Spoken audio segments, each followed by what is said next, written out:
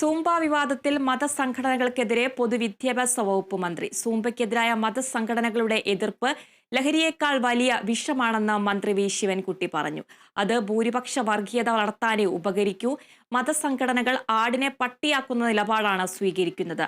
നല്ല കാര്യത്തെ തകർത്തേ മതിയാവൂ എന്ന് പറഞ്ഞ് ഒരു കൂട്ടർ ഇറങ്ങിയിരിക്കുകയാണ്. സൂംബ നൃത്തത്തിൽ നിന്നും കുട്ടികളെ മാറ്റി നിർത്താൻ രക്ഷിതാക്കൾക്ക് നിയമപരമായി അവകാശമില്ല. എങ്കിലും സർക്കാർ ആരെയും നിർബന്ധിക്കില്ല. തെറ്റിദ്ധാരണ ഉള്ളവരുമായി സർക്കാർ ചർച്ചയ്ക്ക് തയ്യാറാണെന്നും മന്ത്രി വി ശിവൻകുട്ടി കോഴിക്കോട് പറഞ്ഞു.